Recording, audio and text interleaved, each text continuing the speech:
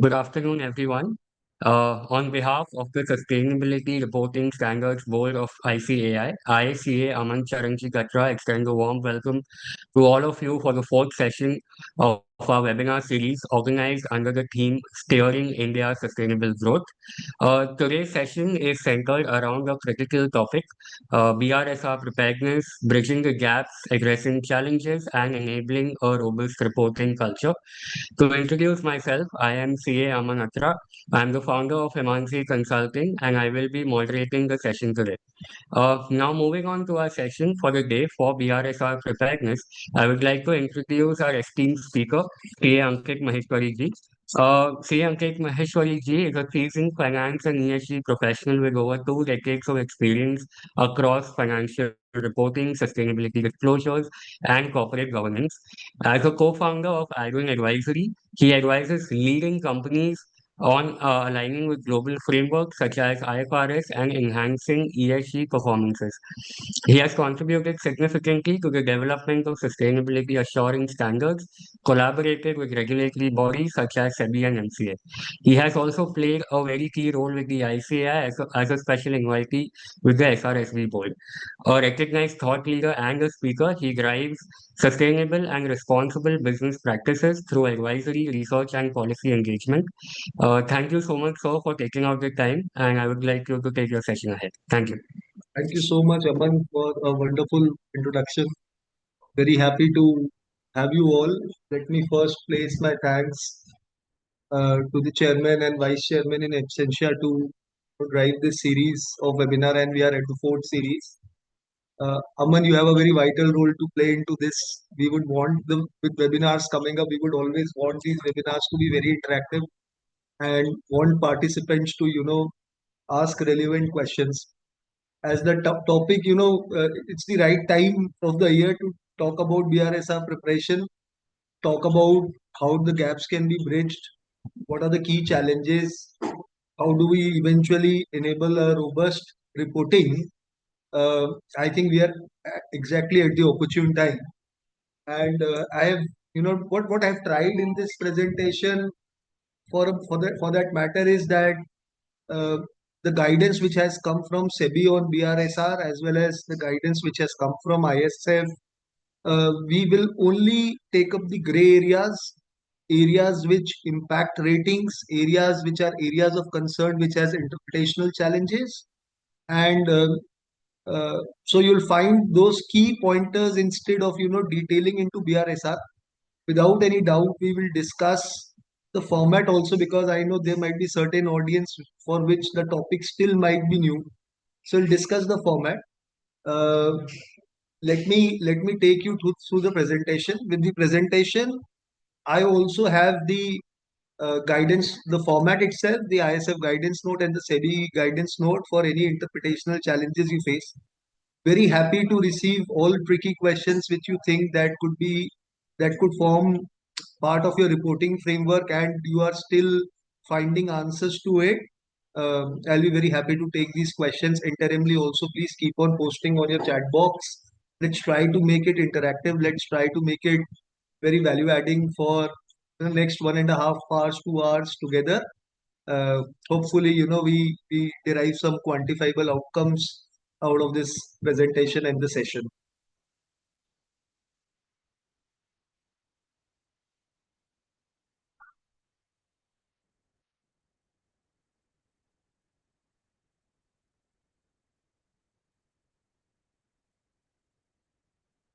Is my screen visible? Yes, sir, it was Okay. Let's start from the beginning. As I told you, the topic itself is very interesting. And as I told in the background also, I have only covered the pointers which I think require a greater clarity, and the ISF and the SEBI guidance note still give some kind of an ambiguity into it. And whatever the interpretations are, these could be very, very um, tricky interpretations. So we can have open discussions over it. Let's first understand what this BRSR is, the Business Responsibility and Sustainability Reporting. SEBI prescribed ESG disclosure framework under Regulation 34(2)(f) of LODR, which replaced the erstwhile it was BRR, the Business Responsibility Report. The report was based on 9 principles. In fact, if you look at the format, and we'll run through the format also, it is bifurcated into 3 sections. Section A, which talks about general disclosure, Section B, which talks about management and process disclosure, and Section C, which talks about principle wise disclosure. In principles, there are 9 principles which are aligned to the 17 United Nations Sustainable Development Goals. It covers all governance, environmental, social KPIs, and eventually the idea, if you look at the entire format, the format looks like an XBRL format, and eventually the filing is done also in XBRL besides publishing it as a part of an annual report. But the idea is to keep the format standardized, make this reporting comparable, make it it should enable you to take quick decisions uh, basis the interpretation of the report itself. So let's first look at how this got evolved, and then let's look at the format itself for the newcomers. I'll take 5-7 minutes on the format part. So 2012, it was the year when BRR came, and top 100 listed entities by market capitalization at BSC NSE, right, were to prepare the BRR reports. 2015 to 19, there was a glide path, and eventually the BRR got applicable to top 1,000 companies. Further, it was 10th March 2021. In fact, in India, I would say, a lot of thrust was given on financial reporting for first initial years when these annual reports started to getting published. But 2017 was also a very benchmark year where SEBI came out with voluntary adoption of integrated reporting for top 500 companies, and that is why today when you see a lot of annual reports, you see them integrated. That was one of the India's first step to move towards sustainability. So 2017, it came out with a voluntary framework where 6 capitals were talked about, where besides financial capital, manufacturing capital, human capital, natural capital, social and relationship capital, intellectual capital were companies tried to quantify the same. However, at that point in time, the uh, integrated reporting was driven by International Integrated Reporting Council, and now the International Integrated Reporting Council got merged with IFRS Foundation, which is a standard setter for non-financial reporting. I am giving you this context in in the way where I just wanted to tell that India has evolved from financial reporting to non-financial reporting, and non-financial reporting has lot of opportunities for chartered accountants to explore on, right? Besides BRSR, we have another reporting framework which I was talking about, which came in 2017, which is not mandated but a voluntary adoption of non-financial reporting, globally comparable, spearheaded by IFRS. So all these things are uh, important to know with the evolution of non-financial reporting in our country. So back to BRSR, it was May 10th, 2021 when SEBI issued this circular, and from financial year 21-22, lot of companies, top 1,000 companies, were voluntarily asked to adopt BRSR. And from 22-23 onwards, BRSR became mandated for top 1,000 listed companies by market capitalization. Importantly, with BRSR coming up, there was a mandate on assurance. Initially, this mandate was on reasonable assurance, uh, which talked about, which gave a glide path of top 150 companies in first year to, by the time we reach 2027-28, you will see the non-financial reporting and the sustainability reporting in India of these top 1,000 companies getting uh, assured. But SEBI slightly backtracked, so I would also want to lay down the global context. In global context, uh, these like India came up with a reasonable assurance mandate. In global context, limited assurance was taken up. But as BRSR, is still yet to be regulated in a way, I would say it should be, because uh, there are multiple regulators. You have Ministry of Environment and Forest, you have SEBI, You have Ministry of Corporate Affairs who has laid down these 9 principles which we were talking about, the national guidelines on responsible business conduct. And you have regulatory bodies like ours also, the institute also, who has been, instrumental in driving sustainability reporting, and that is why we have a dedicated sustainability reporting and standard board, uh, putting a lot of effort into helping chartered accountants be preparers, be assurers. Still, because of having these multiple bodies, the problem is that still we do not have that kind of penal provisions of companies putting wrong information, or like in financial reporting we call something called window dressing. In non-financial reporting we call something called greenwashing. And yes, there is a lot of scrutiny which CAG has done for public sector entities on BRSR. There's a lot of scrutiny which Ministry of Corporate Affairs is also mining the XBRL data and trying to dig out the quality of the disclosures. And this session completely aims at giving better quality to each kind of a disclosure. So, back to it. So initially we came up with a reasonable assurance mandate, which was a glide path from top 150 companies to reaching it to 1,000 companies. That was stage one. But then it was further clarified that the companies can take assurance as well as assessment, and they were given an option to take assurance as well as assessment. However, the assessment standards, uh, for assurance, you have standards called, uh, you know, coming standard of SAE 3000 and 3410. We also have an exposure draft called ED 5000, which is a standard which is completely focused on assuring the sustainability reporting. But assessment for assurance already has standards. The standards were carved out from ISSB, taken by Institute of Chartered Accountants of India. Institute released two standards, which is SAE 3000 and 3410. 3000 completely focused on non-financial information. However, it does not explicitly talks about sustainability reporting, and that is why there was a requirement felt to come up with a fresh standard, which was ED 5000, which is focused on sustainability reporting. Parallelly, for GHG emissions, for GHG, there was a separate standard which I was talking about, 3410, which was again taken from ISSB. So these standards are already there. Majority of the companies in India are already following this glide path, already getting the reasonable assurance, and the reasonable assurance is not done on the entire BRSR, but the BRSR core KPIs.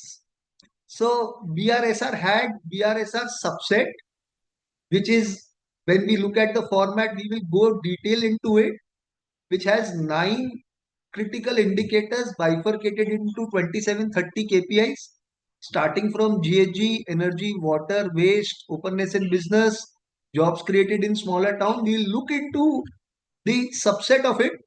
But what I am trying to put here is that this entire BRSR does not get assured. What gets assured is a BRSR subset, which is these 9 important KPIs, which needed assurance, which needs reasonable assurance. So companies are still following the reasonable assurance mandate.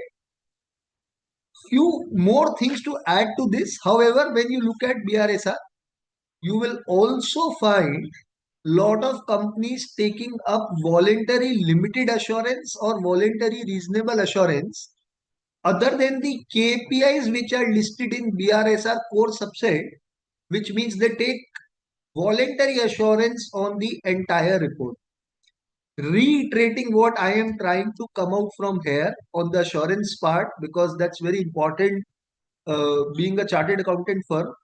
One, this assurance is not profession agnostic.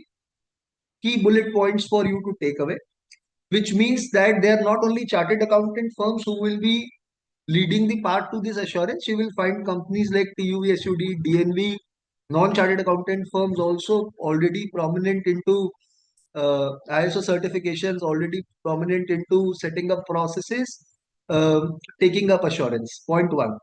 Point two, India majorly is following a reasonable assurance mandate, but SEBI backtracked and came up with a notification where SEBI said you can also take assessments versus assurance.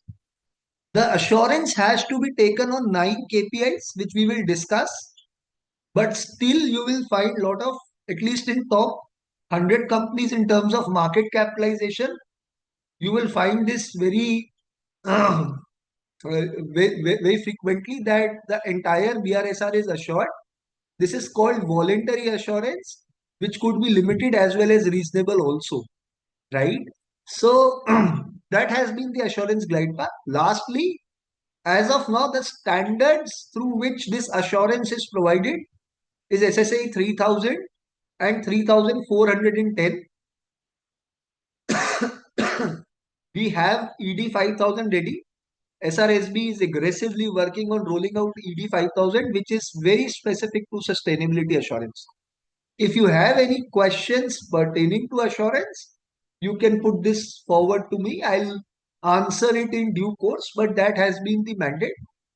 The assessment standards are yet to come out from ISF, and ISF has been the body which has been trusted by government and SEBI to draft standards for assessment. So you will see in years to come, few companies taking assurance and few companies taking assessments.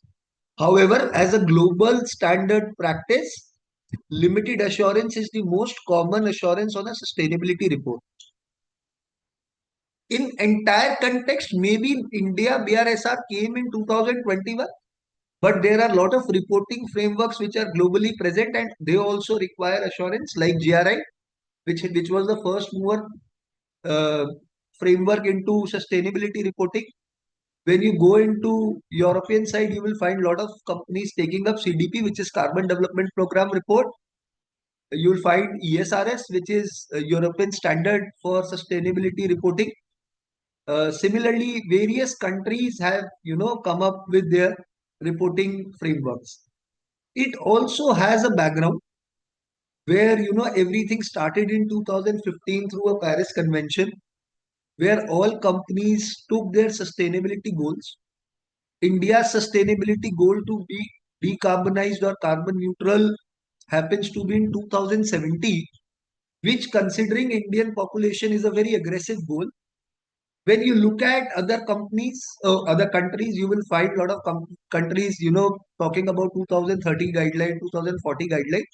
But India also have a path that where do they want to see their renewable energy consumption in 2030? What kind of 1.5 degree, 1 degree kind of a climate change which they are aiming at 2070.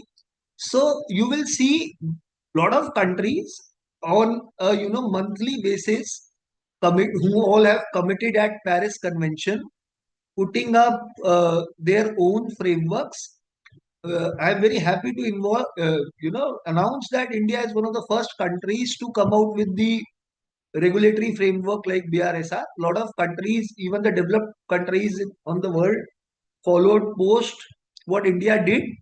While we made our BRSR, we also tried to align it to the global frameworks, which were the GRI CDP frameworks. I hope now we have clarity over the global reporting context, and then we have clarity over how BRSR is come. Now, lot is being the future lies into lot of climate risk management, climate resilience, which is again driven by frameworks like IFRS S1 and S2, and so it's keep on evolving. So not that a sustainability report is only to be prepared in BRSR format. You will see Indian companies preparing sustainability report, not reporting in GRI formats, also separate sustainability reports, also integrated report, also imbibing IFRS S1 and S2, which is the climate risk disclosure, the which talks more about governance and climate risk management.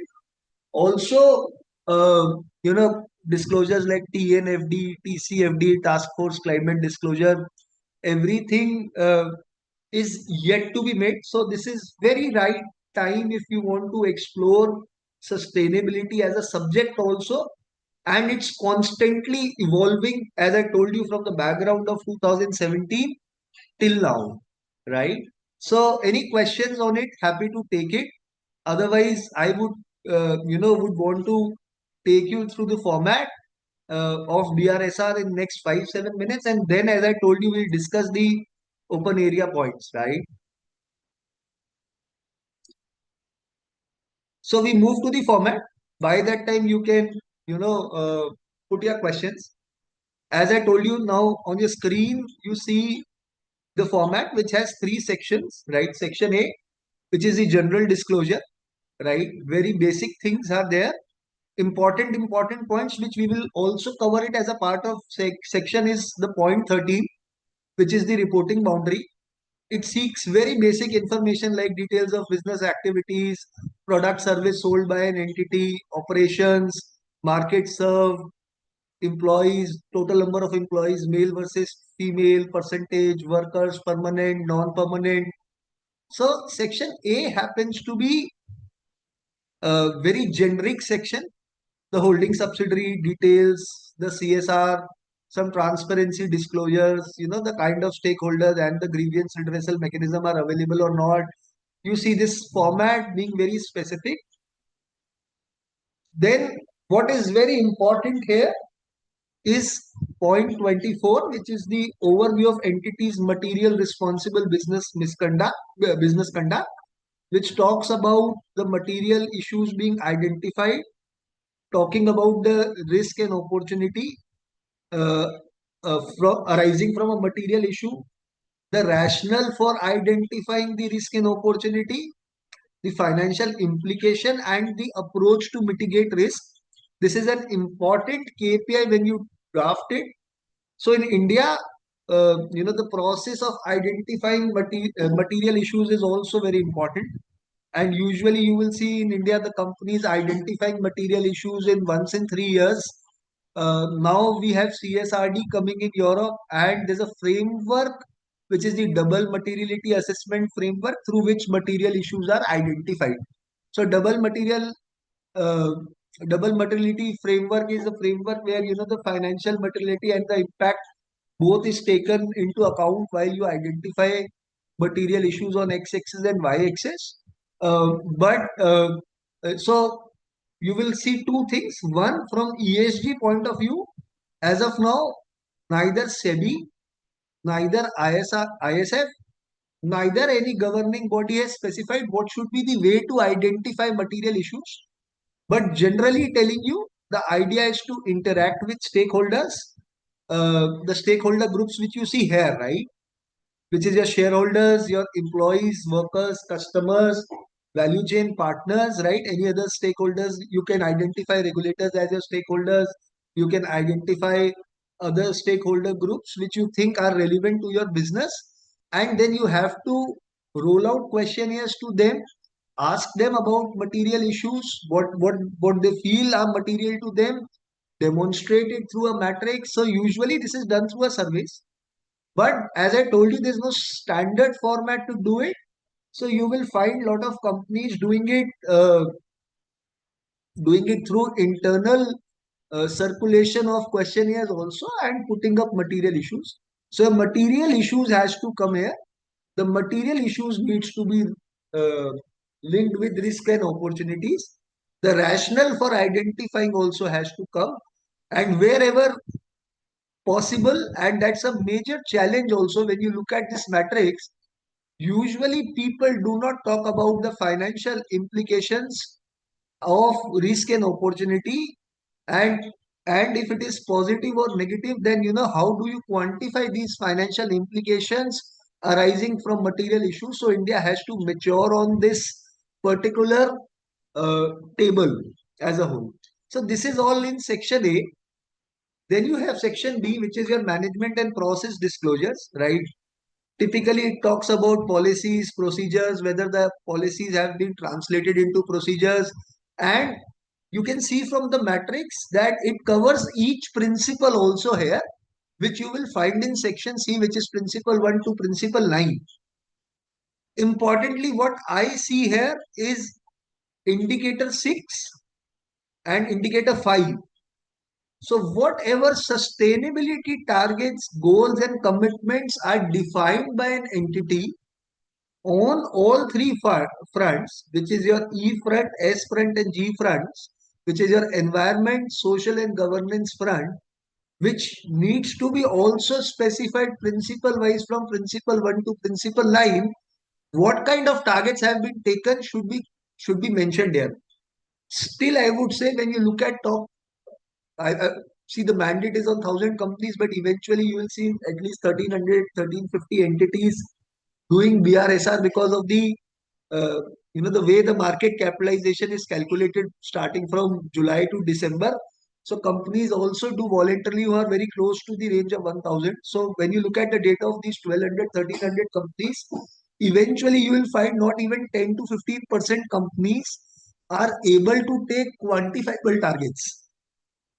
And the indicator 6 talks about the performance and the commitments, what the targets have been taken by the company. The targets could be as simple as improving your renewable energy consumption. For your waste, you can take a target called zero waste to landfill. For water, you can take a target what kind of water intensities you can reduce. For gender diversity, you can specifically take targets, right? So all this has to be aligned from principle 1 to principle 9. Next, the performance of these targets also needs to be mentioned here. Specifically, I see a gap where I see a lot of companies taking X target and reporting Y performance. So, as a better reporting practice, as we were about to talk about robust reporting, the targets and the performance should have some kind of correlationship, is what I am trying to make out. Uh, Adding to this, taking one step ahead. So taking targets could be two kind of targets. One is science-based targets. Again, a European framework where there's a framework called SBTI, science-based targets, where you can get your targets approved by this authority who is a setup of a voluntary stakeholder groups. And you can also take non-science based target like the targets, generic targets I was talking about. So, BRSR, while reporting in BRSR, you are free to do that. In India, a lot of companies have come out with SBTIs. They appear to be more regulated. Once SBTI approves a target, it appears to be more credible in the eyes of stakeholders, and that is why you see a lot of companies taking up SBTIs in times to come. And obviously, you can go ahead and take a non-science based target also. So this is management and process disclosure, which talks about governance, leadership, and over. So the leadership statement also comes here. Uh, Simple management and process disclosures you can see, and then you have each 9 principle which are aligned to 17 UN SDG. Principle 1 talking about business should conduct and govern themselves with integrity in a manner that is ethical, transparent, and accountable. Then you move to principle 2. Also, you see two things here. If you can see the report, one is an essential indicator. Essential indicator means that this needs to be essentially answered, mandatorily answered, and then the other indicator is the leadership indicator, which is a voluntary indicator. Which I would not say voluntary, but it is more on explain or comply or explain basis in case you are not reporting. So, as an entity, you have an option to report leadership indicators on comply or explain basis. But the essential indicators which are mentioned here cannot be compromised, is the point which I am trying to make.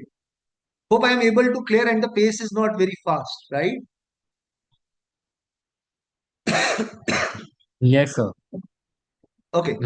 So next we go on principle 2, which talks about business should provide goods and services in a manner sustainable and source safe. From sustainability point of view, I think there are two very important principles when I say sustainability point of view, because it has uh, three components, this report: environment, social, and governance. The governance part, obviously, you you get to see in each principle that the governance has already been talked about. But majority, if I have to give, uh, where the governance you will find into this entire report is the section B.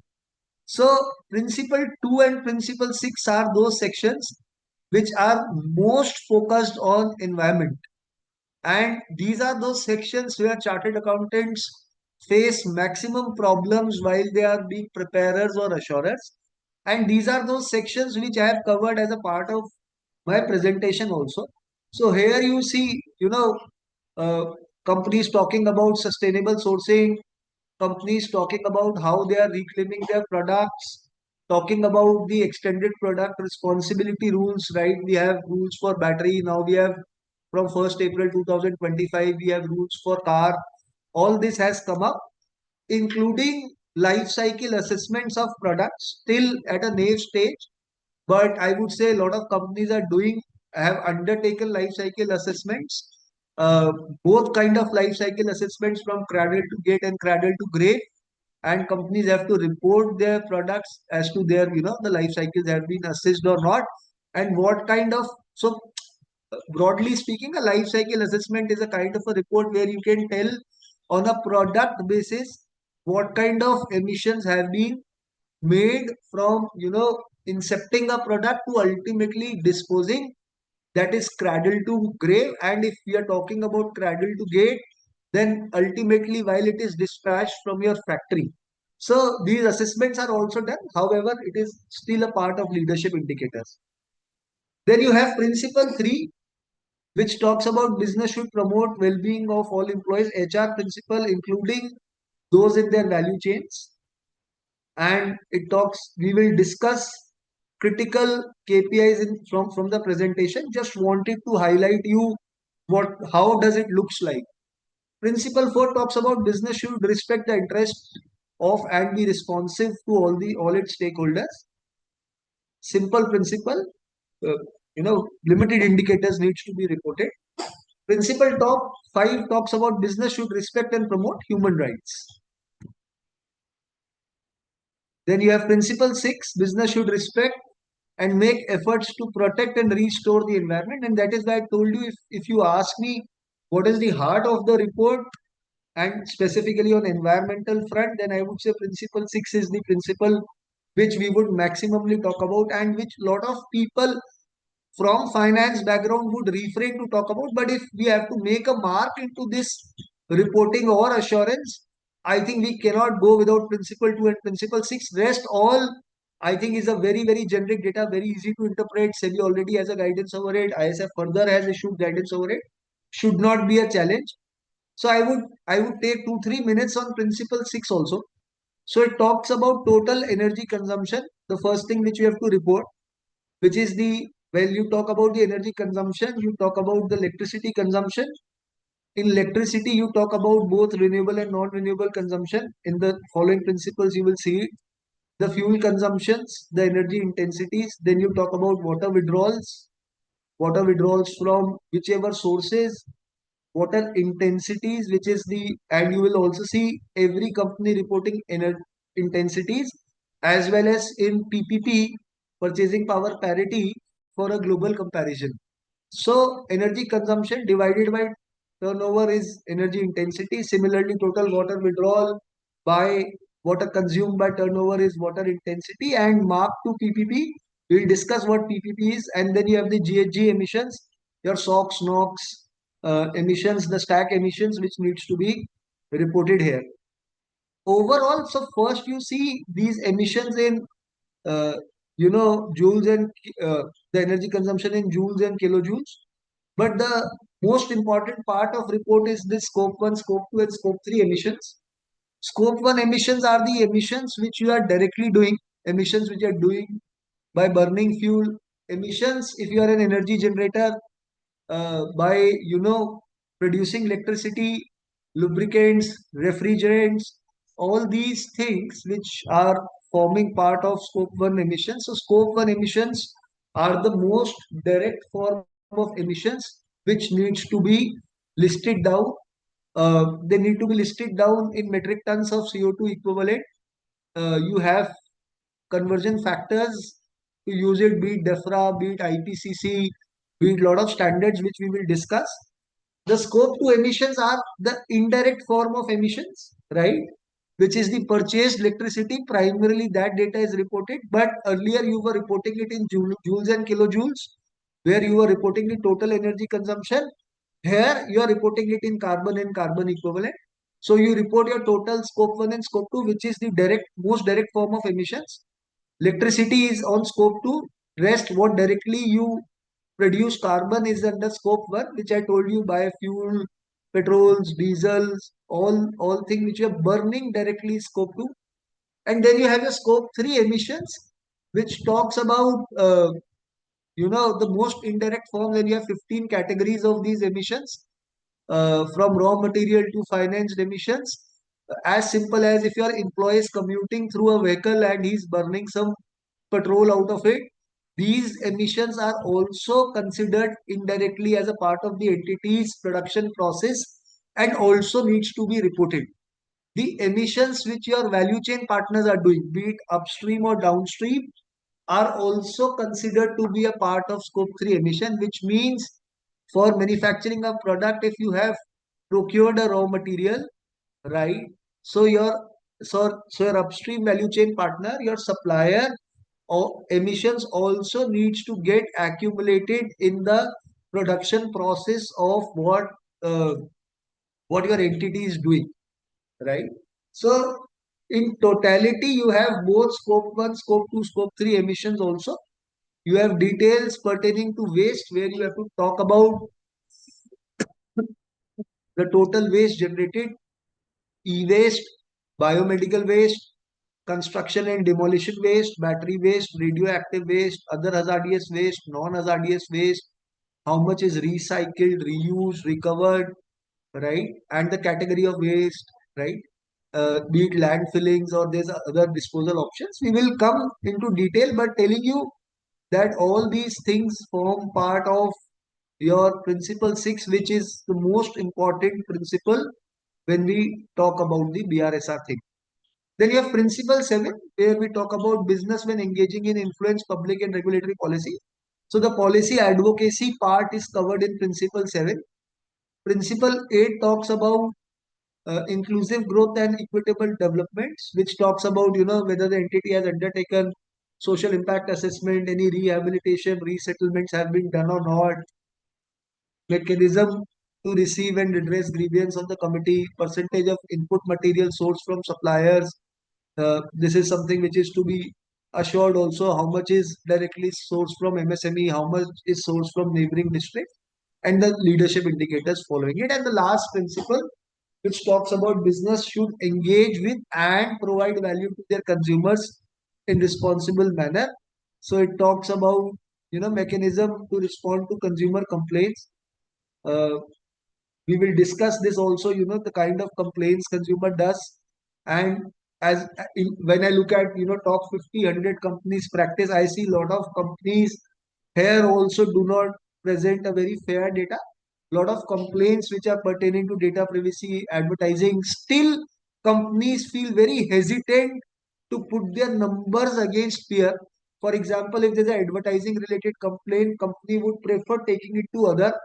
And as I told in the beginning of the session also, still the regulatory penalties needs to be evolved over it. So you find such kind of evident or inevident mistakes happening on behalf of the company. Next is the instances of product recalls, if there were some recalls, and then the leadership indicators. I hope now we have clarity over the format, and we will now go by the presentation and discuss uh, the most important issues, as I told in the beginning of session also. The issues which have been clarified by SEBI's guidance note, ISF still have ambiguity, or the issues which has no clarification, you will find in the presentation while I make this presentation to you. Just allow me to share the presentation again.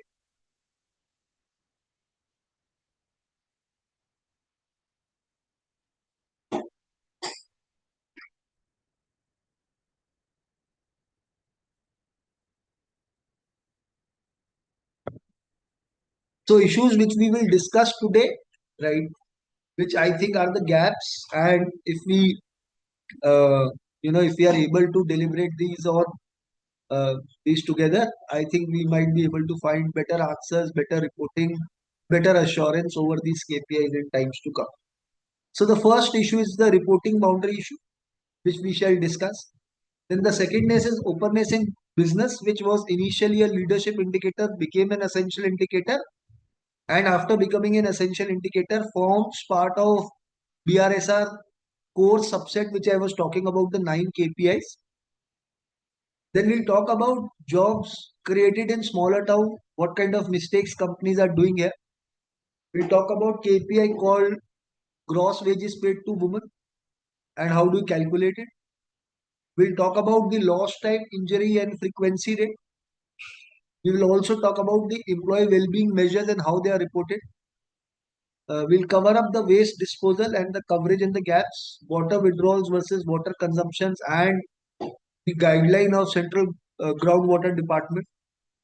Uh, the calculation of scope 1 and scope 2 emissions, where India talks about spend based emissions more, the ISF circular talks about spend based emissions versus the activity based emissions, which needs to be talked about. Lastly, we'll talk about the health and safety reporting practices. So few KPIs only, since we have limitation of time. I am happy to take any other KPI besides which I have discussed and put it forward to you. I just want to know also one thing. Any questions as of now? Aman, can you help me figure out So if it? there are questions regarding challenges, but I believe if we go through this session, most of them should be covered. Okay, okay. I'll take it forward from here. Yeah. Just give me a minute.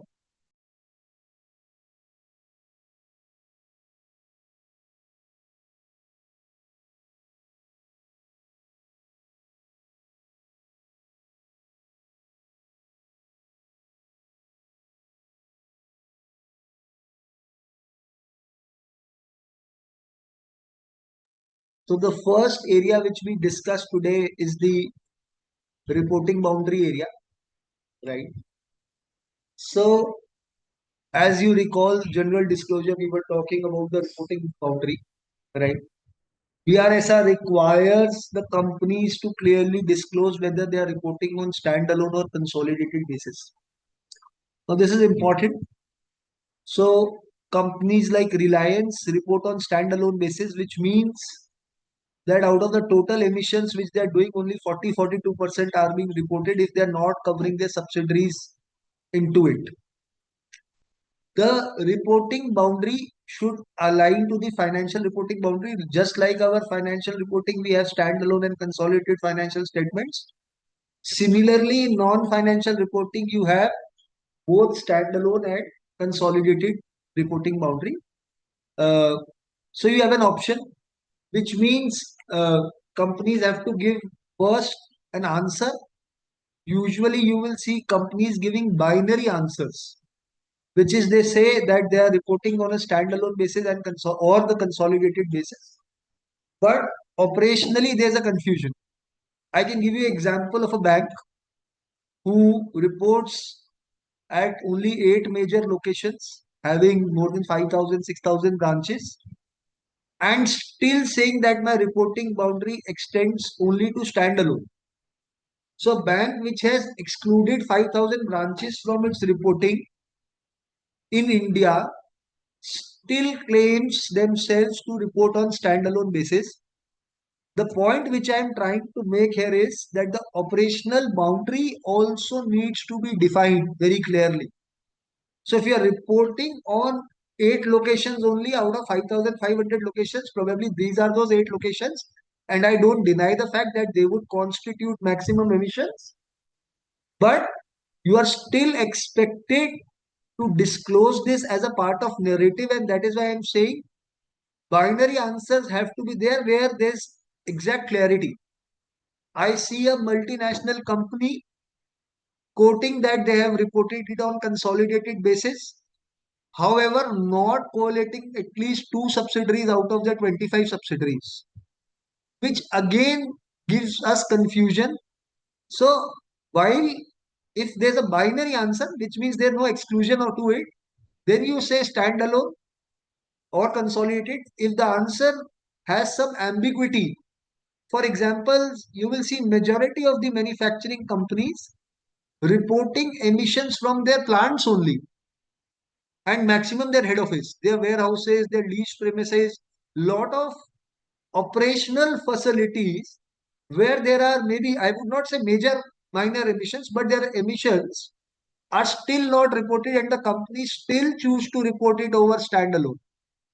So my only request here to the preparers would be, if you define the reporting boundary, the option is yours. Obviously, India is moving gradually from only two, three companies. You will find them reporting on consolidated.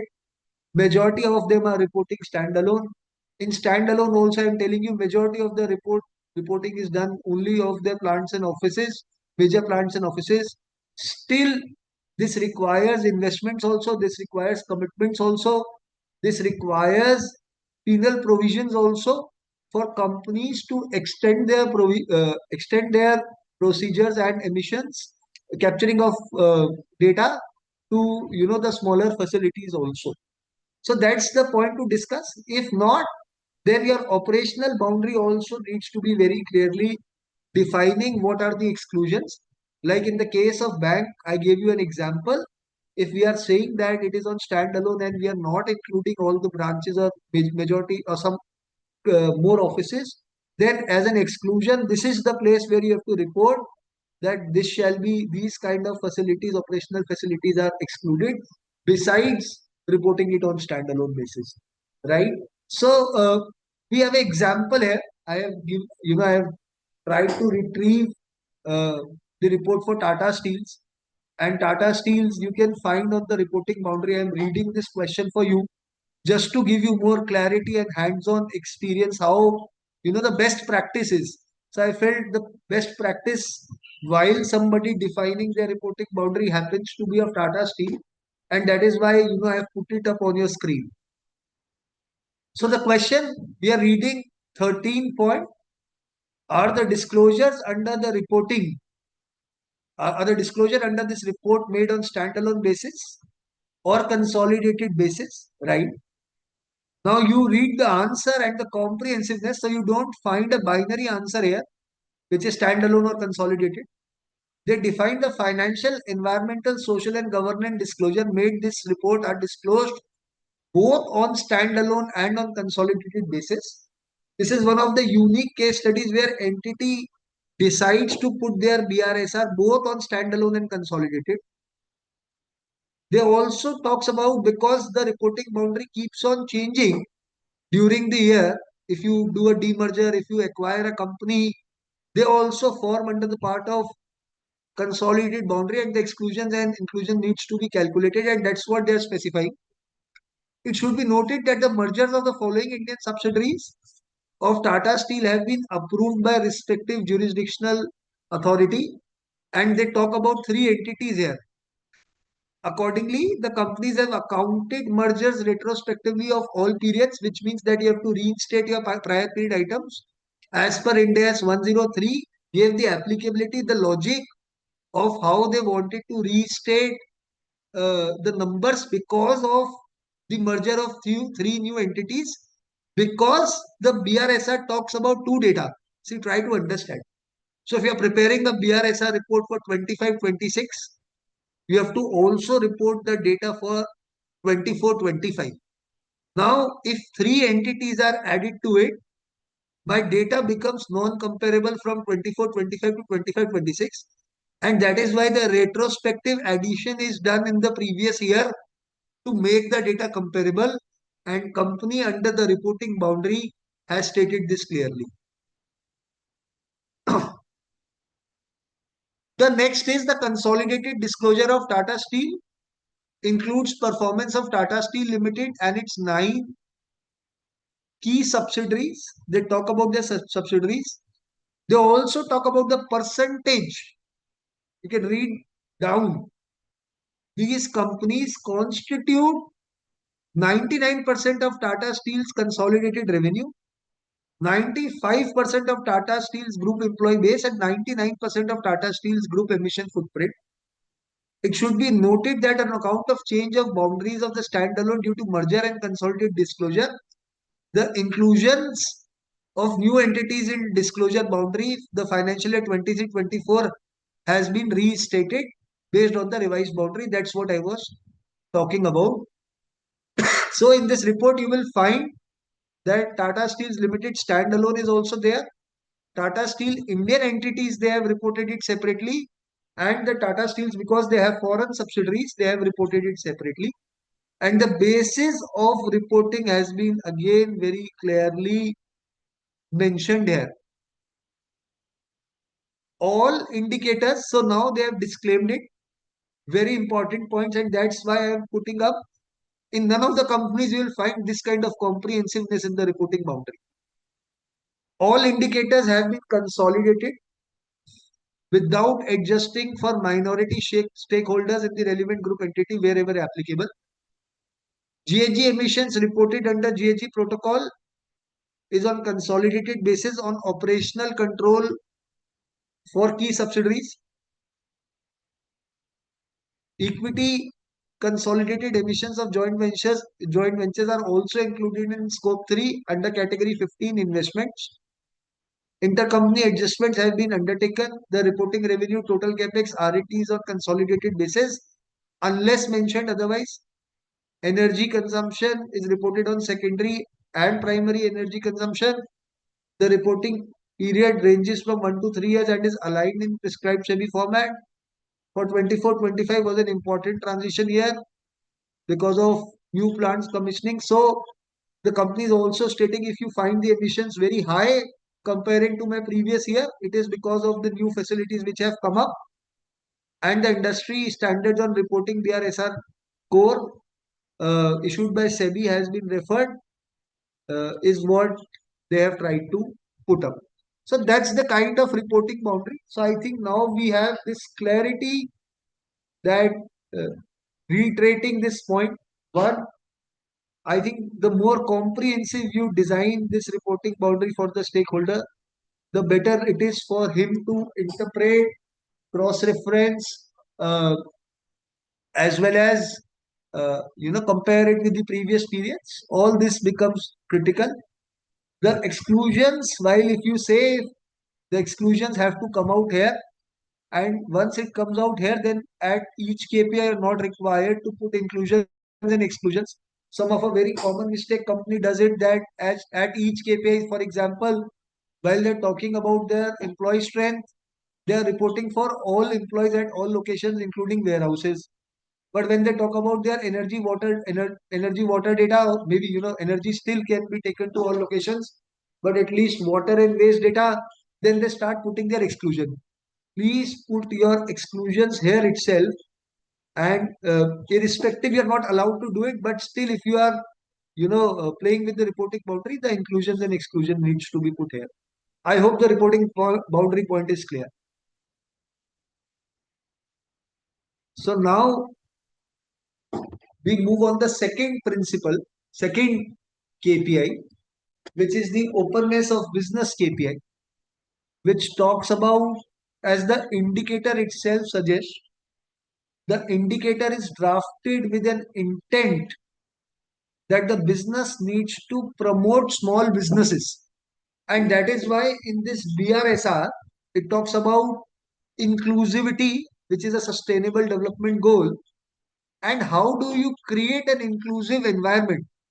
So in BRSR, at multiple places, you will see indicators which are directly correlated to inclusivity, right?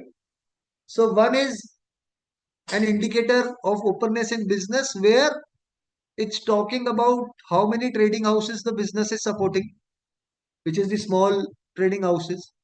It talks about asking you directly what is the procurement you are making from trading houses. Then it also talks about whether you're supporting your distributors or not. What is the sales which you have made to distributors? It also talks about, so you see on the right side, I have put it for a company where they're talking about concentration of purchases. So if your purchases are very concentrated from large manufacturers, the intent of the government is to know the kind of inclusivity and openness in your business to support the smaller businesses, right? The second is concentration of sales. So they want the sales also has to, the distribution also has to reach out to wider network. And that is why they talk about the number of dealers you have been promoting. And they talk about the RPTs. Is it like your business is closely held? Is it like you only, transact through your related party transactions? How open your business is? All three parameters clearly define it. Now, what is ambiguous here? Besides this, I can tell you we are talking about sustainable sourcing as an indicator, which is an indicator to inclusivity, where we talk about percentage of input source sustainably. And in sustainably, they're talking about procured from deprived group, where you talk about procurement done from MSMEs, uh, also needs to be separately reported, which means that, as I was telling in the beginning while we were discussing it, there are a lot of indicators which talks about inclusivity directly, but this is an indicator which is also the subset of BRSR core, which talks about openness in business. The ambiguity which is there is the definition of trading houses, which is very ambiguous. While SEBI never issued a definition of trading houses, but ISF came out with something, right? But what are trading houses is one of the most common kind of questions you will uh, you will find. So let's look at first the SEBIs and ISFU, and then we move on the trading house, right? So reporting boundary must be consistent, standalone, uh, clearly defined by SEBI. However, no explicit definition of trading house in base guidance was given. Uh, what was given was what is a trading house. So we are usually assuming it has two kind of problems. One, through accounts or through SAPs or through ERPs, you are not able to distinguish the data. So if you are a better reporter, you need to categorize your suppliers at the beginning of the year only, which is this time of the year, so that next time you report this data correctly, that these are those suppliers which we consider them as trading houses. Usually in layman's language, some suppliers which are into non production process, they if some vendors are there who are not direct producers to the goods, they need to be categorized in the system to be considered as trading houses. They're usually small, and this that is why SEBI is expecting you to report over this. So when you look at this, you see three type of things. One, in concentration of purchases, you see purchases from trading houses as percentage of total purchases. So you see that the company last year was procuring from trading houses from up to 18%. Now this procurement has gone up to 20%, which is an excellent indicator. Some problem which I see, lot of service entities disclose this as NA. So it is not NA, it is something not applicable. It is something which needs to be taken care. As a bank, as a service sector entity, you still have option to procure it from trading houses. Simple items like, even stationary items. The idea of the regulator or national guidelines on responsible business conduct is to know whether the entity is able to support these trading houses, and that is why the concentration of purchases have been asked for. The second is number of trading houses where purchases were made. So you see that increase in number also, which means that the company is thinking proactively from taking it from 237 to 252.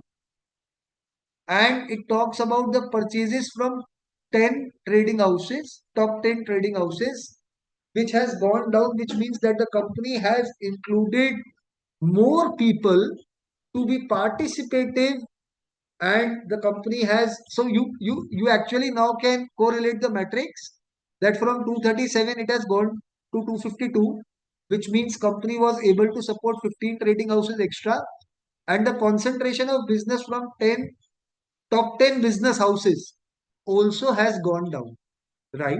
So I hope now this becomes little clear for you. Second, it talks about concentration of sales. So in this, it was the sales to dealers divided by oblique distributors as the total percentage of sales. Obviously, we are looking at the example of Dabar. Uh, a lot of sales directly does not happens, but happens through a distribution network. But is company improving the distribution network? You can see that from 6,242 distributors, company has moved up to 7,214. But the sales to top 10 distributors remains to be same, which is the total 3% of sales. Again, reiterating, the idea is to know the concentration of purchases and concentration of sales, uh, and how much inclusivity, openness an entity is demonstrating while they are operating the business. Then you have third point, which is shares in RPT. I'll just take a break. Just give me one minute.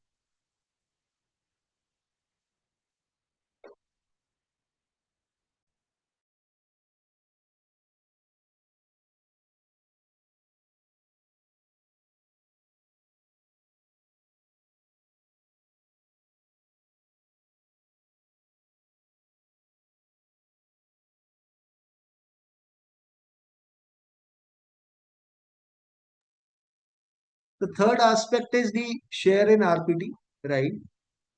Where you are talking about what are the total purchases you have done with related parties, 15%. Ideally, this number should go down to inclusivity. The sales to related party, right? Loans and advances from related party, that means whether you are using other facilities or not, and the investments done in related party, all this number is also reported here. Again, remember, this is an indicator which requires assurance as a part of BRSR core subset. Any questions on it, you can mention in the chat box. Now we come on the next indicator, right, which talks about jobs created in smaller towns, which talks about location-based wage disclosure. What we need to disclose here is on your right side, which is again an indicator of inclusivity only, which talks about jobs created in smaller town, which means disclose wages paid to person employed in at the following location as percentage of total wage cost. Since this is of Swiggy and you know that Swiggy operates majorly in metropolitans, that is why you see this number coming up very high. But the message of the regulator or the message and the intent is more and more jobs move from metropolitan row to rural and semi-urban and urban. And that is why they are not only asking only the rural ones, but they are asking rural, semi-urban, urban and metropolitan. The question which lies in front of you is, how do you determine that number? How do you know what is the total number of jobs which have been created in smaller town? And then from total number of jobs, you have to take it on the wage paid to these employees versus the total wages which we are paying. Which means that whether we should look at employees' permanent address while we determine this number, whether we should look at employees' temporary address. For example, your plant is into a rural area, but the employee stays in metropolitan and commutes it. Whether you will consider it to be a part of job which is created in rural area or a job which is created in metropolitan. So ISF has given clear guidance over it.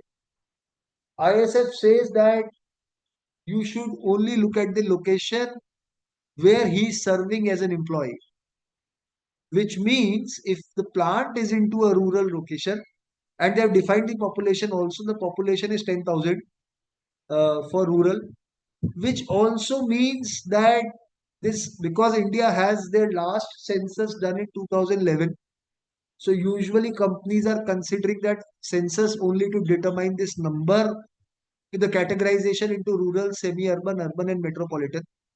But something for everybody of us to understand is that the numbers of employees will be determined basis the location of the facility, not the temporary address of the plant, neither the permanent address of the plant.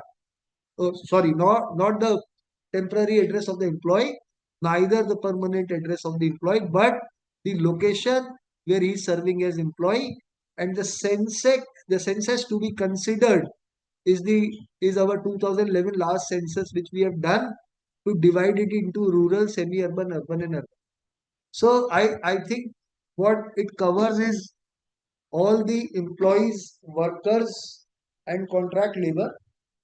The classification is already on your screen, right? How do you compute wages? We'll discuss it. BRSR does not use tier 2, tier 3. Rather, I told you its basis is census and it has to determine. This is a wage distribution metric, not a headcount metric. So from headcount, you have to eventually move to the wage distribution. And companies with distributed operations may show higher contribution is what we are trying to depict in a company like Swiggy where they are operating in metropolitan. That's why this number comes out to be 98, 99%. So I think we have the key takeaway, right? Lot of companies today on this parameter, I am still repeating, are categorizing basis the addresses of the employee. Please categorize basis the location of the facility in which employee is serving. Now we move on the next indicator, which is gross wages paid to women, right? What is included and what is excluded. Let's look at the right side of it. You can see the indicator. Again, I have given a case study for better interpretation, which talks about gross wages paid to females as percentage of total wages. This indicator ideally is considered because of the diversity, uh, gender diversity KPI, and this should constantly improve in an ideal scenario. Now, the question is how this is calculated. What are the inclusions in wages? Does wage include salary, bonuses, or how this, whether this data comes from audited financial statement?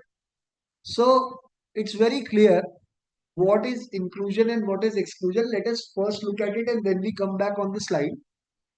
What is included in wages is salaries, wages, bonus, and actual wages paid to non-permanent employees oblique workers. What is excluded from this is the retirement benefits, the ESOPs, the staff welfare expenses, and other employee cost components not directly wage related, which means that this figure shall not be taken from the financial statements directly. In fact, companies have to filter out the exclusions from it. It is not where the bonus is not gender tagged. In that cases, reasonable allocation can be used with disclosure. I hope we are now clear over it, right?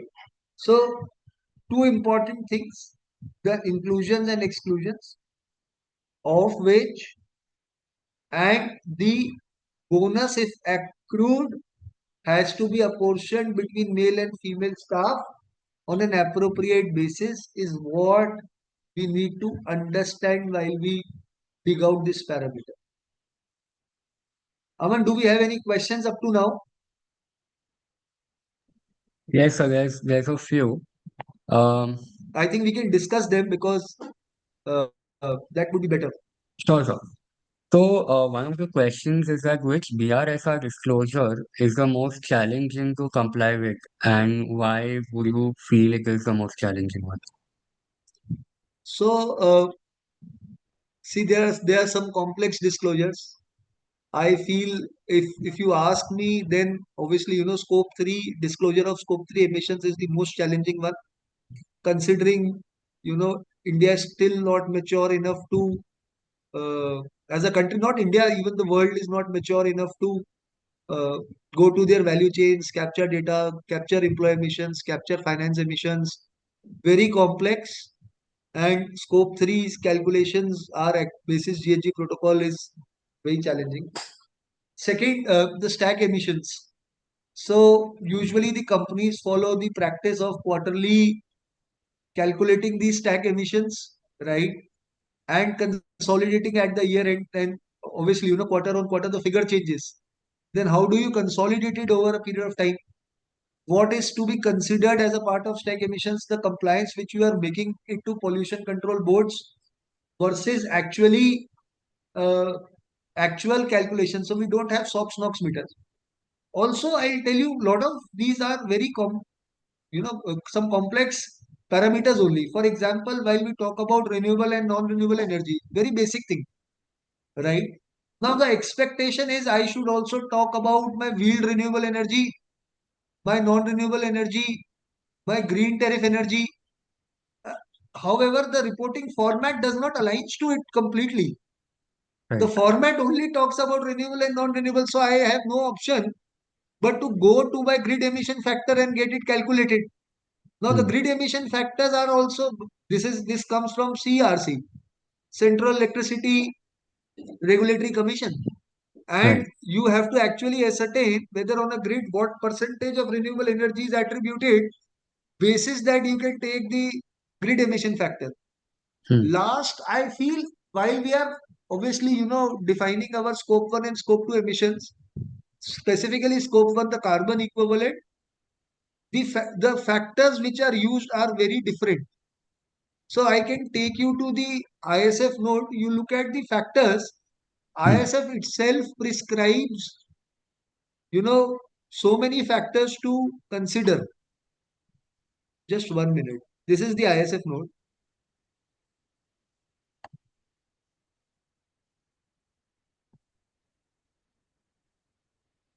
So it says you look at part B attributable wise requirements. It says total scope 1 and scope 2 emissions. Reporting entity should refer to recognized sources of emissions. So I have to go through NADL factor. But the client says, no, no, I would use IPCC as an assurer. I am more comfortable with DEFRA, which is the Department of Environment, Food and Rural Affairs, UK. Then there's an International Energy Agency, which has also given attribution factors. Then US Environment Protection Agency, country-specific emission factors. So India still have not come out with country-specific emission factors. So if I am burning my natural gas, I am looking at density also. I am looking at calorific value also, and I am not sure whether the calorific value through which I am computing this is the or the density which we are talking about is the same kind of density in a foreign country. So India. So this is again a challenging KPI which I feel these are three, four challenging KPIs. Rest is okay. There would be some ambiguities. Like still, I feel a lot of companies not able to report percentage of R&D and percentage of capex on sustainable technologies. Now, a lot of people talk about it, but the ERP does not bifurcate it. I Right. was I was doing something for Maruti Suzuki. They came up with an assembly line which was only made for electric vehicles. Now they say that we have done R&D over it. We have developed, this assembly line spending 5,000, 8,000 crores. And now we want to show it as a part of sustainable technology. So there's no clarity over it whether this is, developing a line for EV. We should consider it not. So a lot of vague things also come into this. Um, Obviously, this is evolving, but these are 4 or 5 areas which I think could be a greater concern. Right. So just a follow-up question on that, since you spoke about KPIs. So are these ESG targets and KPIs periodically reviewed and recalibrated? And if yes, then what should the frequency for these reviews be? So once you take a target, say for example, you are at 2026. So once you take a target, you first thing is you align to your country's target, right? Second is, so if my country's target is, that is why you see these, REC thing coming up so strongly, because there's a target of India to reach to 42% renewable energy consumption. So naturally, if you have to reach to that scale, you have to look at these targets on a concurrent basis, and there has to be a compliance which you have to do with Bureau of Energy Efficiency to do this. So one, align it to national targets, align it to your, for example, a company like Hindustan Unilever will align to the target what Unilever is taking also. Hmm. Then whatever time frame you have decided, you always have to talk about performance on year basis. So if that's not, and when you look at the parameter below in the management and process disclosure, it says that there has to be the director's responsibility statement stating if a target is not achieved, the reasons for not achieving a target, Right. which which which means that these targets have to be reviewed periodically. You have your ESG committees which have to be convened on a quarterly basis. Uh, this can be done through a CSR committee also, but in usually regulated entities now we see the ESG committees and just under the board and under the supervision of board. So usually you'll see obviously the performance are reviewed quarter on quarter, the targets are reviewed yearly. I told that there's a mechanism to take a science-based target also, where then the regulatory framework is basis the SBTIs which have been issued. Right. Any other question, Aman? So there's one more. Who owns the BRSR reporting within an organization? And I'm assuming this is coming from a larger organization point of view. So who is basically the owner to make sure that the reporting is done in a timely and the right manner? I've done more than 50 BRSRs in my life. Out of, Yeah. in 50, I can tell you, you have secretarial teams sometimes because of the XBRL filing. You have investor relationship teams sometimes taking care of BRSR. You have dedicated sustainability teams, right? Yeah. Uh, Sometimes you have EHS heads, but at a corporate level, majority of the cases, I would say 50, 30 out of 50, has been taken with care by secretarial team, supported by environmental teams, supported by uh, environmental teams, and supported by sometimes the investor relationship teams also. And because of different reports also done. So I have also seen the BRSR is taken care by the secretarial team, and the GRI or the sustainability report is taken care by the environmental team. Right. But primarily, you will find IR team and the company secretary team uh, for doing the compliance of BRSR, and this comes conventionally because of the BRR compliance was driven through them. But Okay. I see a major shift that EHS teams and the environmental teams directly getting involved in making it more accurate. Got it. So one more question. It's a bit overlapping also. No worries. We spoke about the sustainability goals from an employee welfare and community welfare point of view. So, how does the organization embed respect for employees, communities, and stakeholders at large into its policies? And also, how is diversity, equity, and inclusion reflected in the BRSR disclosures? I think that's a very large question. Let's break this. You have to repeat this for me. So the first part of it is, how does the organization embed respect for employees, communities, and stakeholders into its policies? Respect for employees, stakeholders, and communities, right? Communities. Yeah. So, so naturally, when you talk about, uh, say, we talk about respect for employees, right?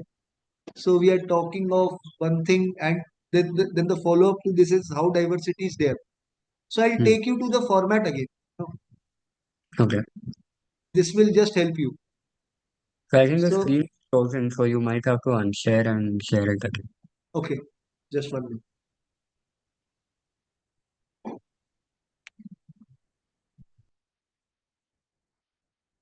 Now is it visible?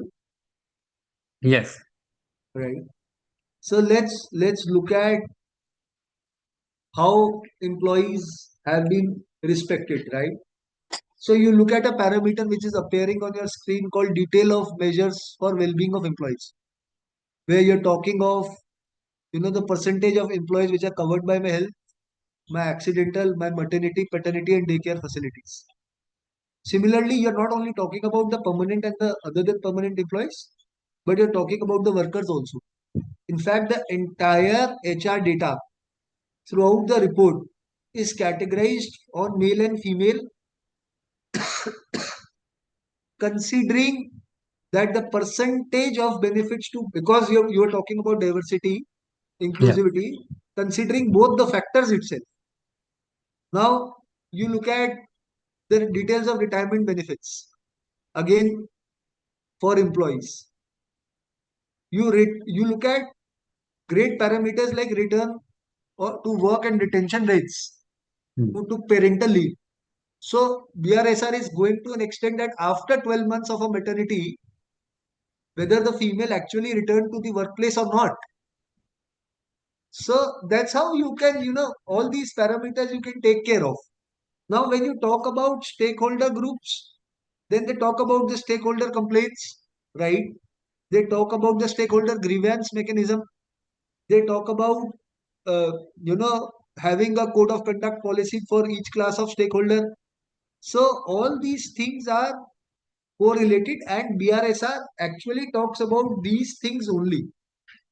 And with you will always see we talked about inclusivity point in terms of MSME.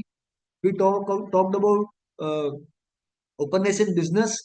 All these parameters eventually either will lead you from first sustainability goal to 17, right? So I hope because this will have a very detailed answer, we have to then look at each indicator. Where is it taking me to? That's why I've Correct. just given a broader answer to this.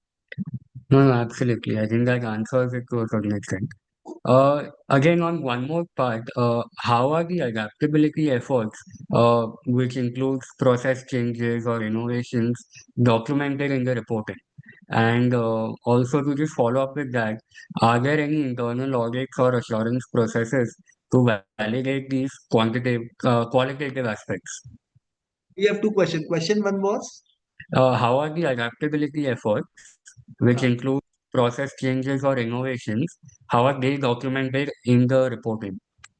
so usually if the process changes are done, right? So you can see from management and process disclosures only. Second, this report looks like a very tabular report, but when you look it in real, you will see lot of qualitative disclosures and narratives coming out, right? So a lot of narrative setup is also done uh, to document these process changes and procedures. So every time you see a company, I'll again, we have the format here where we'll go back to management and process disclosures. So it talks about what kind of policies. So I have seen companies only covering three, four principles in next year. Then they did an additional coverage, right? So Yeah, over the period of 2 years, 3 years, when you compare, you see maximum principle getting covered under the policies. right, Then you see whether the policies have been approved by the board or not. Then you see whether the policies have been translated into procedures or not. Then you see that policies have been translated into value chain partners or not. And then you see the standards which are expected to comply. But very important question whether this is audited by some internal control, yeah, because conventionally everybody talked about internal control over financial reporting. We have come in an era where people have to talk about internal controls over sustainability reporting, which means in some KPIs, you will find that whether an internal assessments have been done or not, or an external assessment has been taken care or not. For example, health and safety conditions, assessment of health and safety conditions at workplace, right? So at plant and offices. So now usually people write this that we are assessing it, and that parameter specifically lays that this needs to be done by an independent third party. You will see a lot of people putting up narratives that we have internal audits to these places and we are able to identify the best, the grievances coming from health and safety and working conditions. So there is a internal audit mechanism which surely supports it, but the internal audit mechanism is not talked in entire BRSR, or the controls are not talked. What is talked is whether a third party assessment has been done, whether you have been looking at the controls over it, but directly you would not find. But while you look at the report, you may find that some indicators people are talking about policies and procedures, and as a practical person I am telling you, all the policies and procedures which become part to this management and process disclosure are uh, are usually audited by the internal audit departments also, looking at the comprehensiveness and the coverage. Got it. I think that answers the question. Okay. So, yeah, I think those are the questions that were Yes. posed. Yes. So we go back to the presentation again. Yeah,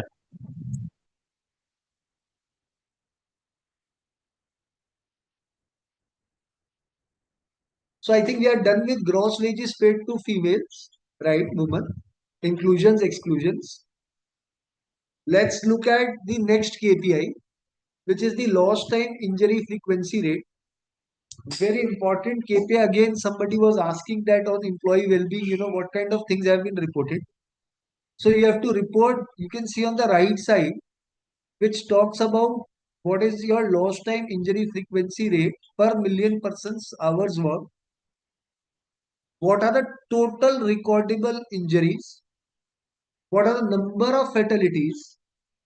Are there any high consequence work related injury? Are there any number of permanent disabilities? The this KPI why I took here, because of two factors. One, in India, the Factories Act considers to be a lost time injury frequency or lost time injury when an employee is off 48 hours from his work duty, and because he has suffered an injury at a workplace. However, BRSR never specifies this. The global framework specifies it to be 24 hours. So a lot of companies are following disparity. The best practice to record a lost time injury frequency rate is that your data here should correspond to the data which you have submitted at the authorities, at the labor authorities. Otherwise, if you report a higher LTIFR here, considering that this is a semi-compliance, you might end up receiving problems from the labor department of, not the data not corresponding to the data which you are reporting it to the labor department. So that is reason one. Second, obviously, total recordable work related. So, what are practical challenges you can see on 1, 2, 3, 4. So one is the accurate identification of lost time work injuries. Total hours worked across workforce is a very difficult calculation.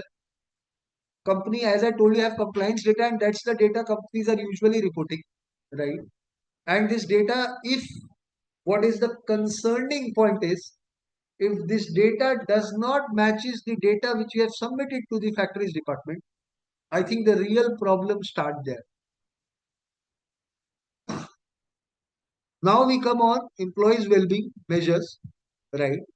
And we were discussing this KPI also. It has two things. As I was talking on the format itself, it talks about health insurance.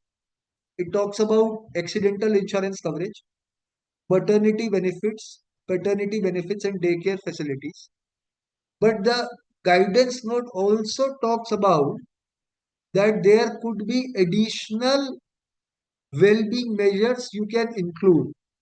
Now, my challenge is when I look at the reporting format, it only gives me these 5 columns where I can put data pertains to health and insurance, accidental insurance, maternity benefit, paternity benefits, and daycare facilities.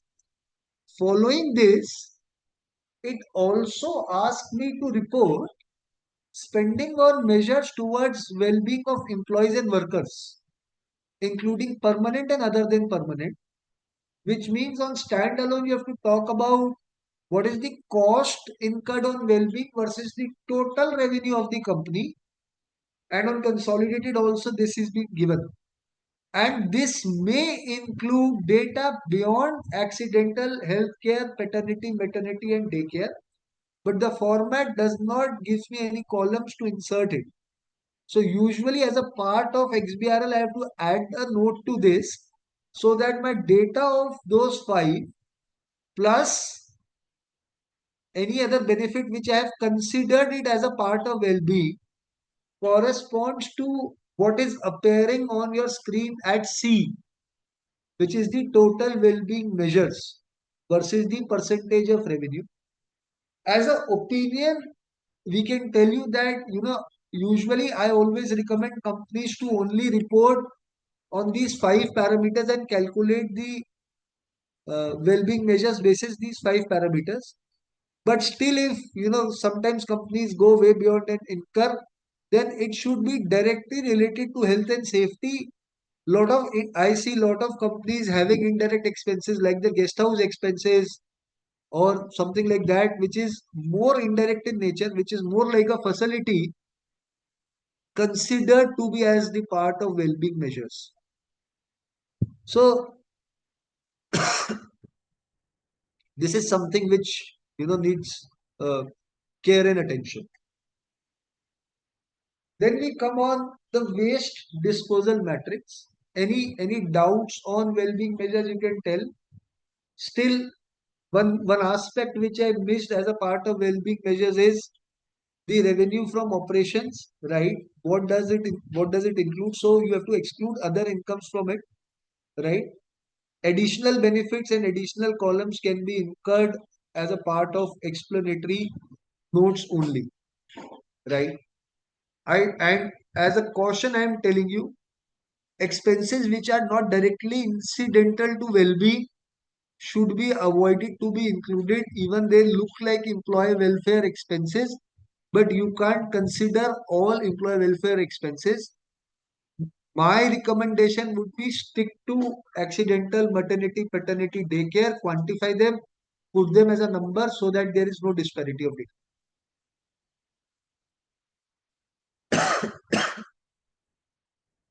Now we move on the seventh point,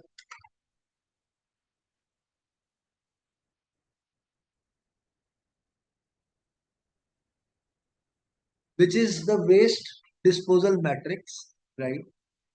So usually a waste you can see on the right side of your screen. Sorry, I'll just share with it. Just one.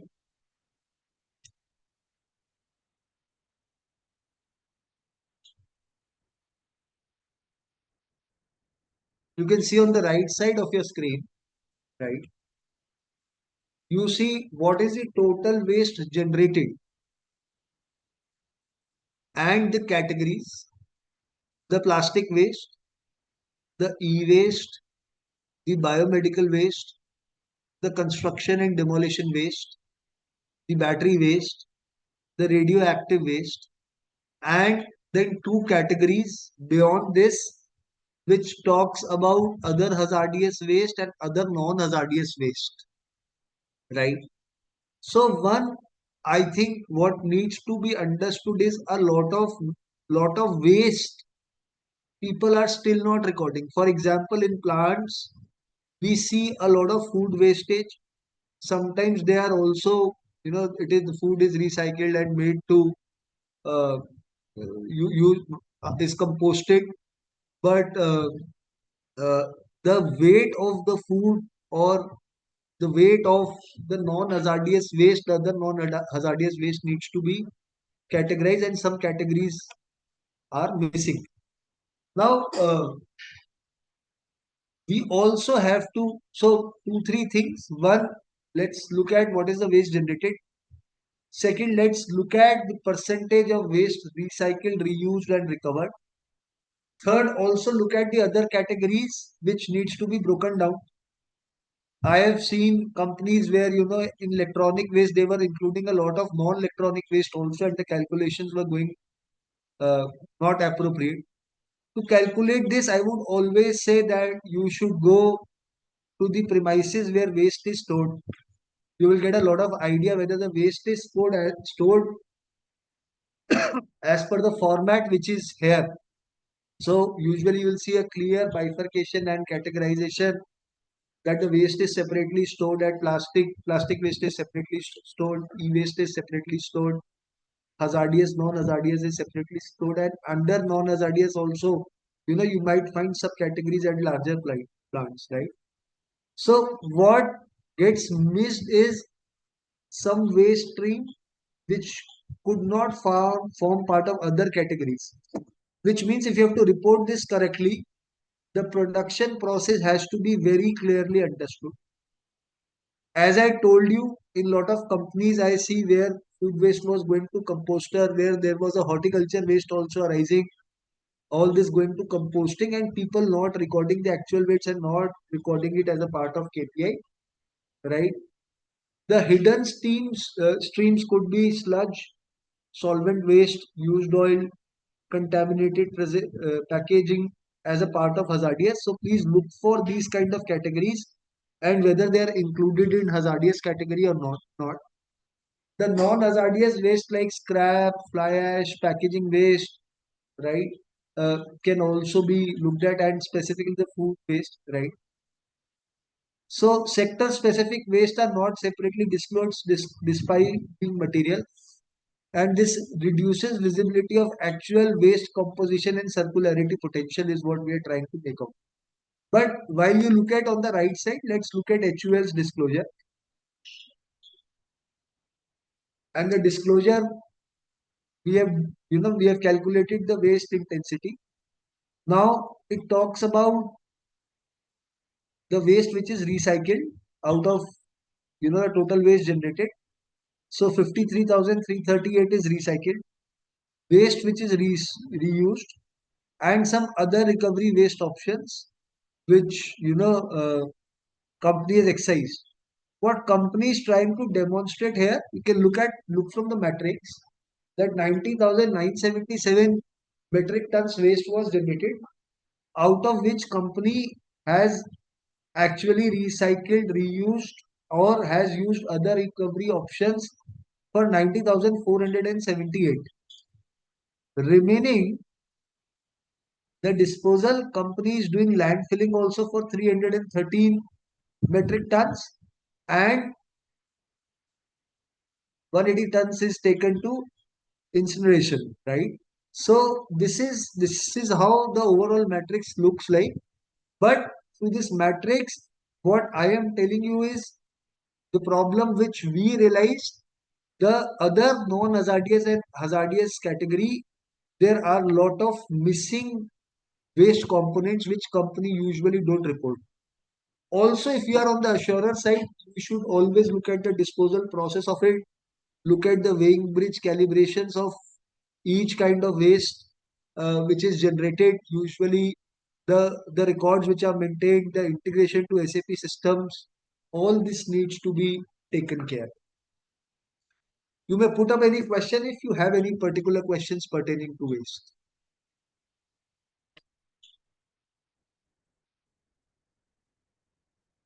Then you have water withdrawal versus consumption, right? Uh, a problem, a standard practice, two, three things which I want to come out. So we have seen that, first thing we should understand is that neither CGWB, neither the state pollution control boards or state water departments allows you to directly extract the water from surface, which means that if you are taking a water from a river or a canal, in this case, you might end up seeing that a lot of companies are reporting it as a third party water only because this is procured through a government agency. However, the intent of the law is clear. The intent of the law is to actually know what kind of natural bodies you are using. So you can see the company is reporting surface water, the company is reporting groundwater, the company is reporting third party water, the company is reporting seawater or desalinated water. But what is important here, which I am telling you as a practice, if the water is directly procured only through a government agency, but through a canal or a natural body, then it should always be disclosed under surface water, because no pollution control board allows you to directly extract the water through any natural body, which means obviously an intermediary uh, will be there, right? Second, in majority of the companies, I see the water withdrawal and water consumption metric same.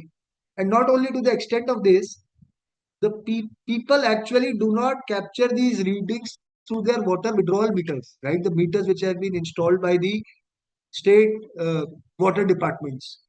Usually, people are recording their water consumptions and considering that the water consumptions are equal to water withdrawals. So that's again a gray area. The best practice is the water meters which are installed at the time of inlet is what the water withdrawals are. And the consumption has to be basis the shop floors, the sub meters which you have installed in your premises, looking at the total water consumption which has been made. And the remaining has to be discharged, which means the idle practice where you see companies using ZLDs and saying water withdrawal is water consumption is not right. Second, if even you are using some water, if there's some discharge, because there would be some discharge irrespective you are using ZLDs. If that's the case, then then obviously these are those discharges which needs to be accounted, uh, and that is why the withdrawals and consumptions, the withdrawals has to be uh, consumptions minus the withdraw the consumptions have to be reported accordingly. The third is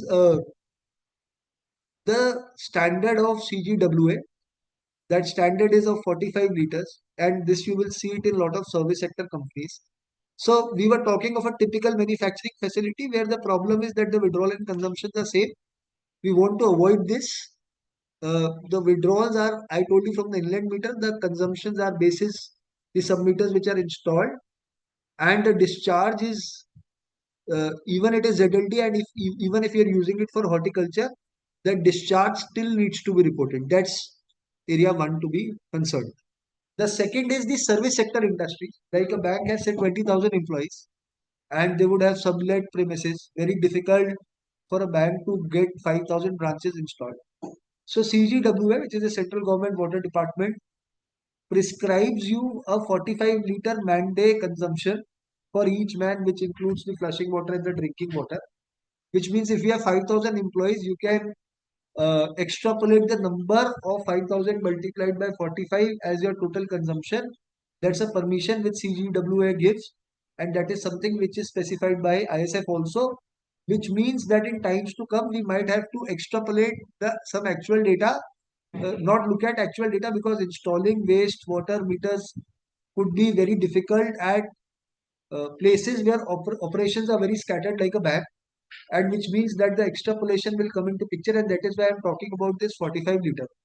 So 45 liters multiplied by number of employees could be your water withdrawal, and CGWA also specifies that 80% of the withdrawal can be considered as uh, discharge as consumption, and you can use 80% matrix, that is 45 for each man day. 45 liters multiplied by 80% is what you can show it as water discharge, meaning that in times to come when you see ISF will come up with the standards, you will see that at a lot of places data will not be actually recorded but will be basis the industry standards, and that is why the ISF has come into picture. So, so I think now this gives clarity, and that this was one of the points which was a subject matter of discussion. Next, I want to take scope one and scope two. Right? We were discussing scope one and scope two, as you know, this question was put up before me, which is a difficult parameter to report because India use spend-based methods are allowed, right? Whereas best practice is the accurate available methods. Uh, we have to look at spend-based emission first, then we have to look at measured data available, and then eventually while we want to report this, we want fully measured emissions with recognized emission factors is the stage where we want to reach to. So, so this practice says that the provisional spend based approach, which is the CTA approach, the global practices do not correspond to this, and that is why when you look at global sustainability reports, you see a lot of variation between your scope 1 and scope 2 data which you are reporting in India versus if you are reporting it through a GHG protocol. The last parameter which we will discuss, and then maybe we can take one or two questions and parameters, which is the health and safety in BRSR uh, parameter, right? As I told you, you can look at the right side of it, right? We discussed the lost time injury frequency rates, but lot of companies have specifically in service sector used NA in lost time injury frequency rate. Even in service sector companies, this is something which is applicable. So an injury can happen in a bank if some employee, slipped over it, something fell over him. All these can form part of injuries, and a bank cannot afford to do it as a not applicable practice. Is what point which I am trying to make. Few more points which I would take, and then Aman will open up on questions. Right. One is the data of percentage of inputs which are source sustainability. This data, we have clear definition of sustainable sourcing. This data is very inaccurately reported by a lot of companies. I told you in the beginning of the session also that the best practice to capture this data is to get your suppliers identified at the beginning of the year to ascertain whether they form part of sustainable sourcing or not. Another area to be discussed is the value chain reporting.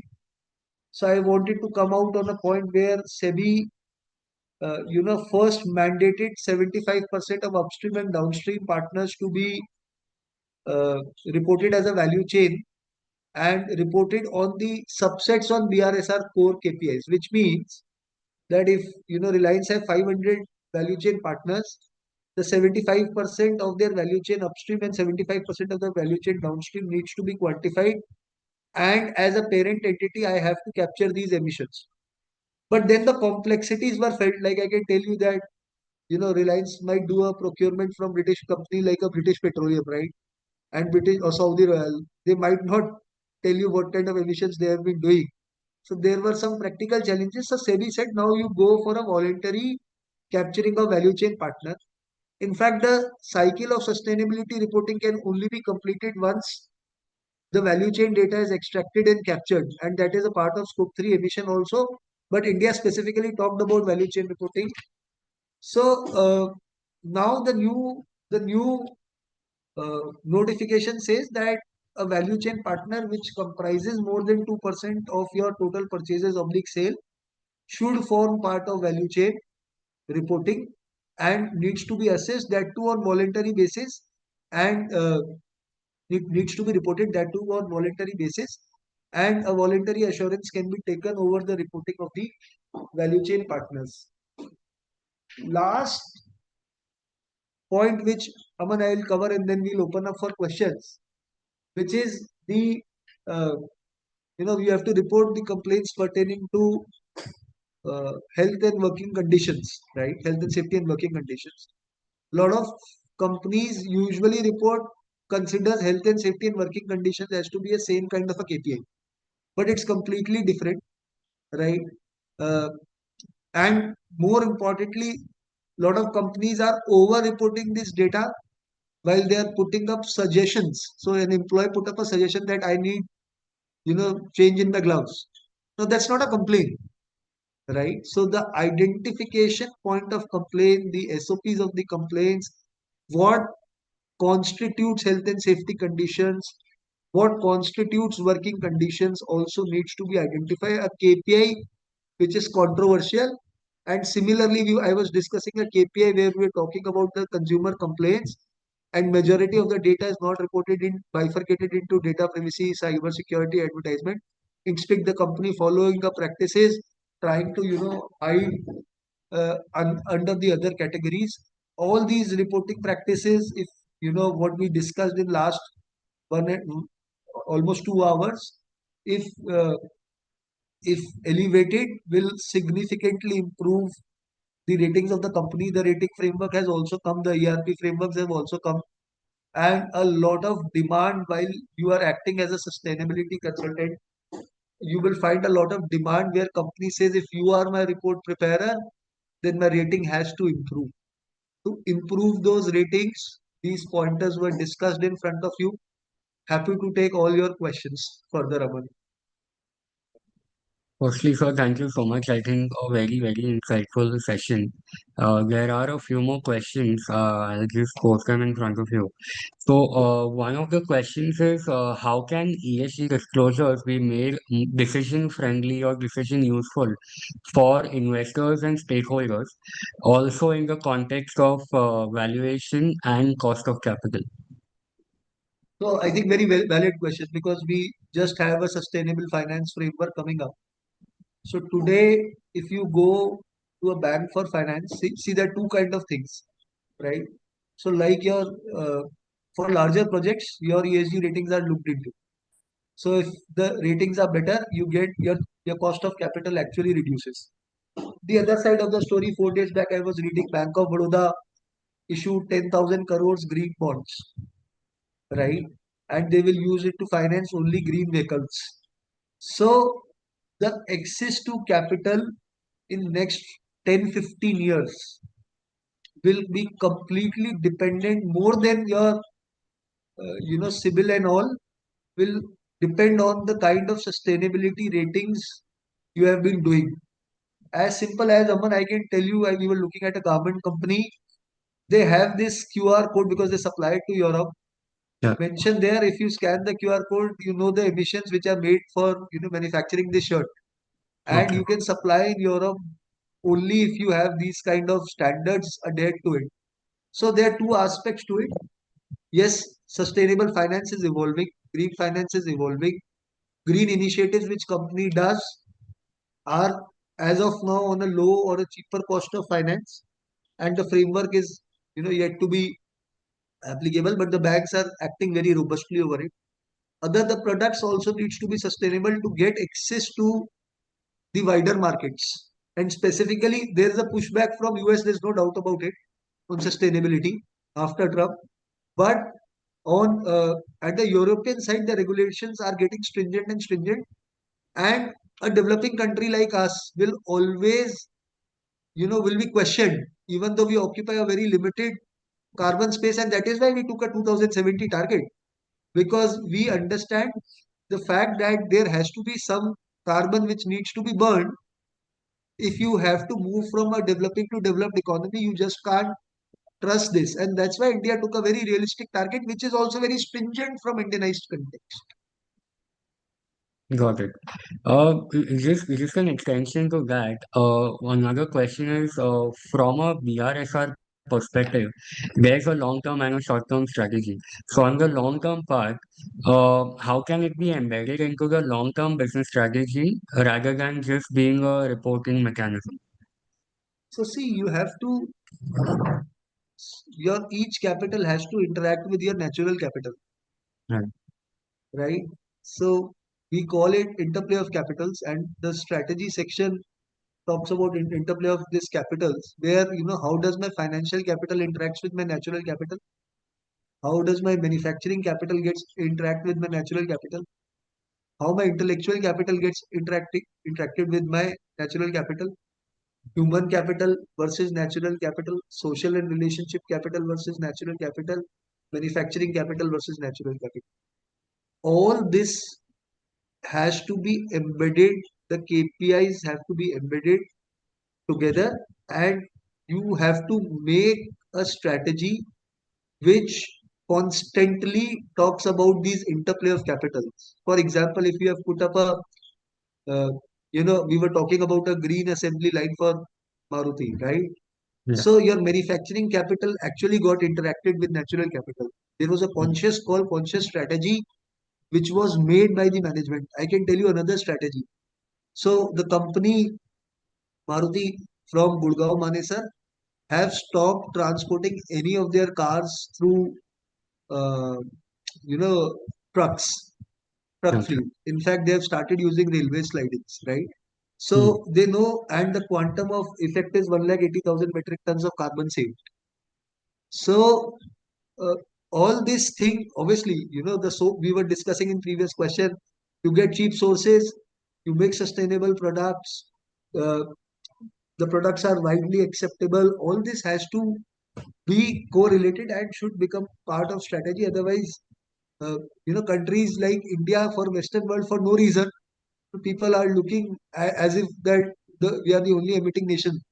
Right. So people forgot the days of uh, industrial revolutions. People forgot what they have been doing out of 100 years and what they're doing now versus asking that India becomes a polluting country. We are very regulated. I am telling you, for a country like us, getting that kind of a framework, inculcating these kind of practices with a 150 crore population is a very very difficult thing.